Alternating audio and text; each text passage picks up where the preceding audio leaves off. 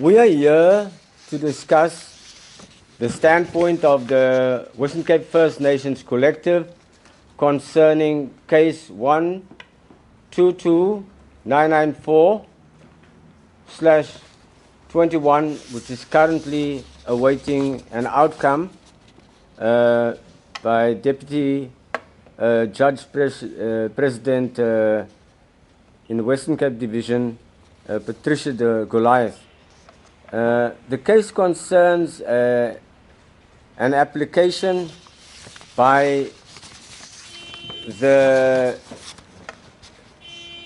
Observatory Civic Association and the Gorinaikona Khoikhoi Indigenous Traditional Council, who have brought an application to interdict the development. There are numerous respondents in this matter, including the developer, Lisbik Leisure Properties Trust, and then the provincial authorities and authorities from the city who were involved with the approval of this development. We, as the Western Cape First Nations Collective, are the 8th respondent in this matter. For us, this matter is critical because, from our perspective, it brings into full focus something that has not occurred in the time of the approvals or the court case, but reaches right to the very advent of democracy in this country, which marks what we consider the official start of the Khoi and San resurgence. Essentially, for us, as a collective, we want to put it very clear that in terms of this development, it forms only a small part of what is essentially an all-encompassing struggle for the recognition, the restitution, and the restoration of our people. As a collective, the leadership that you see here today represent structures that have been deeply interwoven with this cause. And many of the leadership and the structures that you see represented at this table here today are people who have a long history of working with each other. In some cases, going back more than 2.5 decades. It's more than 25 years. Essentially for us, there are 3 core issues that will emerge and that have emerged in the case before Deputy Judge President Goliath. 1, that it is an incontrovertible fact that the area in and around the 2 rivers is of great tangible and intangible heritage value to our people.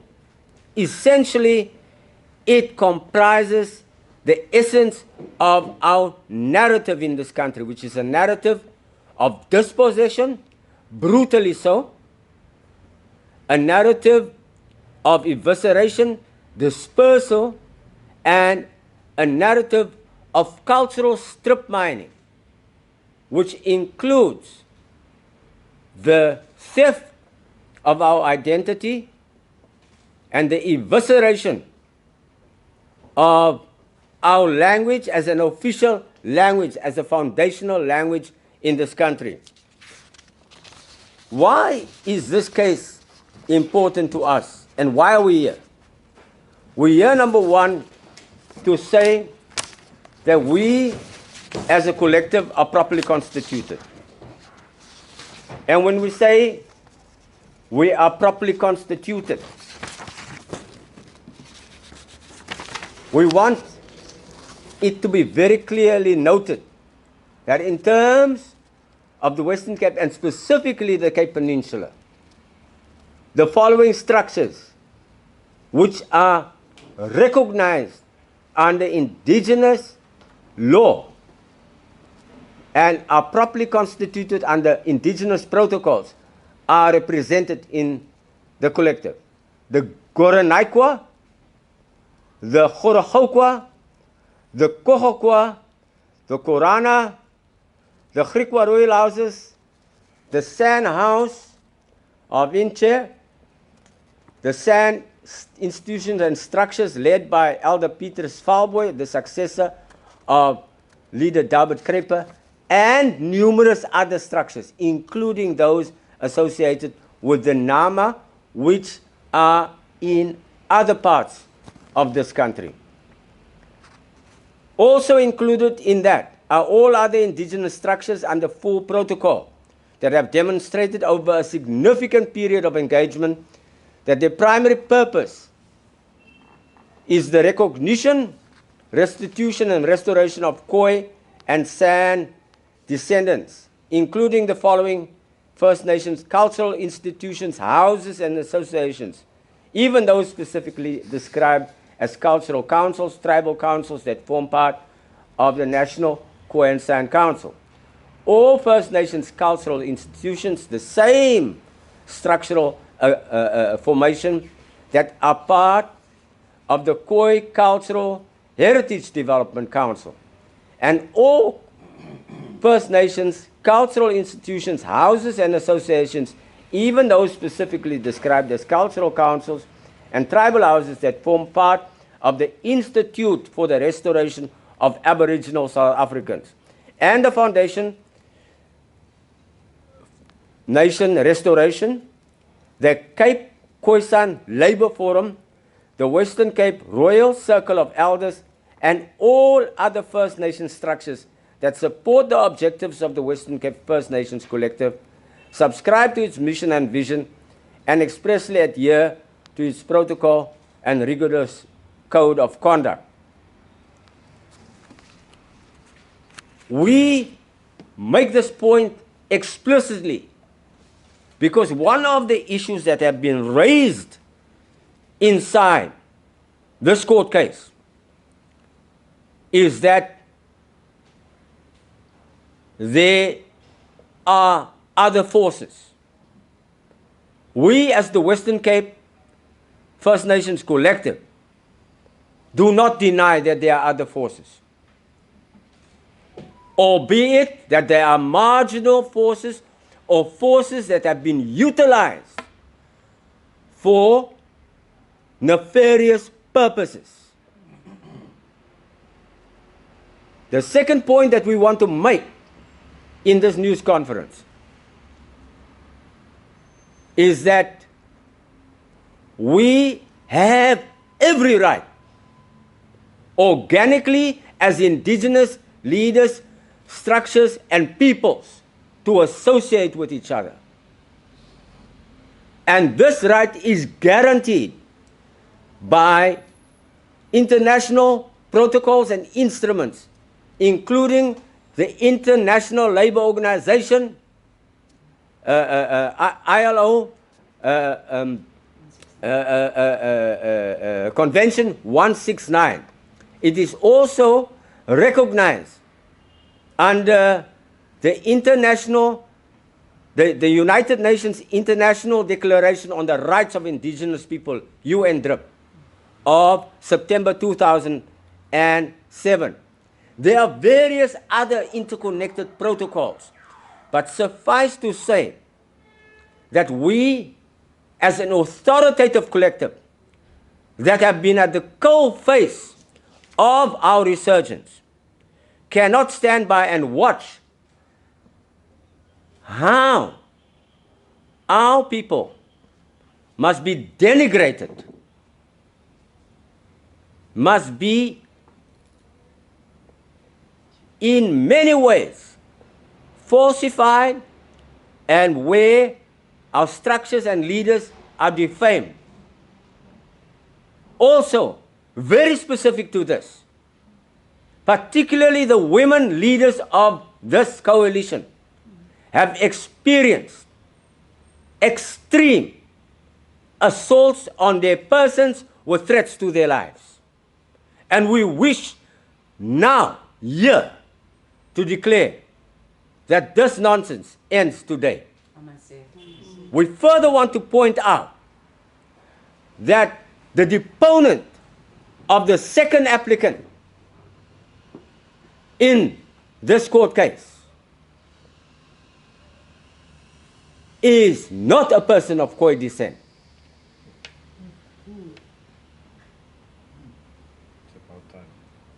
And that the structure that this person represents has, over a period of time, by violating long-held principles, drifted away from the broader unity that this authoritative collective has promoted for more than 25 years. So let us go into the core elements of what we believe. We believe that we've engaged properly with open hands, with government first of all, because the core evil here is not the Goranite Kona Traditional Indigenous Council, or the developer, or the Observatory Civic Association. It is the government of South Africa. That is the prime evil. Because it is the government of South Africa, from its apex, the presidency, to the various tiers, including premiers, mayors, national and provincial ministers, and the chief land claims commissioners, and various ancillary organizations with which we have engaged, that have bludgeoned our voice into silence and trivialized our demands that we have placed on the table in numerous official engagements. When we decided that the end of the paper-pushing trail has to come to an end, we decided, under our rights of indigenous cultural protocol, to engage the developer directly. And by engaging the developer, we have achieved something that no government institution has ever given us, or promised us, or will ever promise us. 2, we believe that the government's understanding of heritage assets, insofar as they relate to the Khoi, must only be looked at in terms of reference of Robben Island, where it is an accepted fact that the 2 prisoners to escape from that island were Oud Shumatu and David Stierman. That Klaas Lucas and many of his people were detained on the island. That in an act of abuse of women, Kritoa, an iconic figure inside the Khoi and San historiography, was detained on that island. And yet, the World Heritage Proclamation and all its instruments around the island relate to something that happens hundreds of years later, specifically with the Rivonia trialists and Nelson Mandela. We ask the question, how can you trust a government that declares Sarah Baartman's gravesite a national point of cultural reference, and then allows it without any structural support to fall into disrepair? The plaque marking the role of Abraham Iso in the Northern Cape is in tatters. Everywhere where there is a Khoi heritage declaration or a San heritage declaration, it has been done in bad faith. That is why we decided to engage the developer, because we no longer will allow evil to dictate to us. And when we say evil, we mean evil. It is evil when you know the truth, when you know that there are people who were here before anybody else to say that they didn't exist. It is evil to not recognize their language more than 25 years into democracy. It is not right that on April Fool's Day last year, you declare that you are beginning the process of recognition of Khoi and San leadership. And yet, that bill is written in a way which will make the Khoi leadership a second-class citizen to every Nguni king or queen in this country. So therefore, we have taken matters into our own hands. The final point I'd like to say is that we expect very well on the papers that the court will rule in our favor in terms of the interdict. And why is this important for us? It's important for us because our people are suffering. Here's the Cape Khoi Labour Forum, the Cape Khoisan Labour Forum. They represent thousands of workers of Khoi and San descent who have been marginalized from the official labor arena. Here we have a situation where we have no heritage site, not in the waterfront, not here at the dockyard, where Jan van Riebeeck and his ships landed. We don't have anything in the Castle of Good Hope. It is turned into a military museum which celebrates colonial history, where the Khoi have to be satisfied with a statue of the Goronaikwa leader, Doman, as part of other people. We are in other words, we've been othered. And the othering of the Khoi and San cannot occur while this leadership here still stands. Now, what will we achieve? We will create inside this space, this liberated space,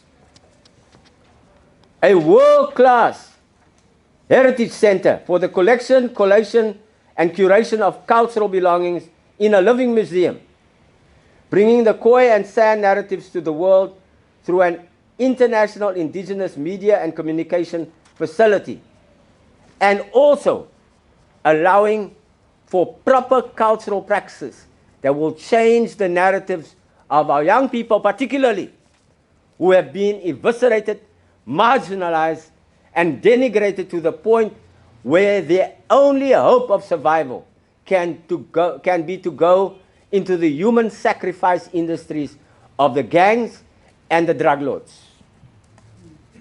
We also believe that government has not honored our demand for a development center, for an indigenous development center, where we can engage in proper cultural practice and bring our people to the level of world-class manifestation of indigeneity, such as exists in Australia, New Zealand, many parts of Canada, and in Japan and in Latin America.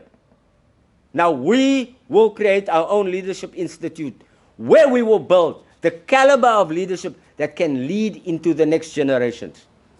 The final issue of this is that we believe that not only have we been marginalized in the field of labor, economic opportunities, cultural leadership, and in fact, that our linguistic and cultural heritage has been obliterated and eviscerated. But we believe now that the future is in our hands, that we will create at our amphitheater that will be constructed in this place, in the River Club, a place of excellence for all indigenous art, music, culture, and heritage. With that, let me say it has been for us a difficulty, because we represent structures that are dignified, not to respond to the baiting by our detractors. But we believe that the evil of driving a wedge between us must come to an end. Those who are not of Khoi descent have no right to approach the courts and claim to speak on behalf of Khoi and San people. And further, that an elitist institution such as OCCA, the Observatory Civic Association, and their idyllic dream of walking their dogs next to the Lisbik River, where Khoi and San people do not exist except in some fetishized anthropoid state, is coming to an end with this development. We believe we will rise, and we will rise in a way that is wholesome and that can tell a story, carry a legacy for us, and bring hope and future to the generations that may come.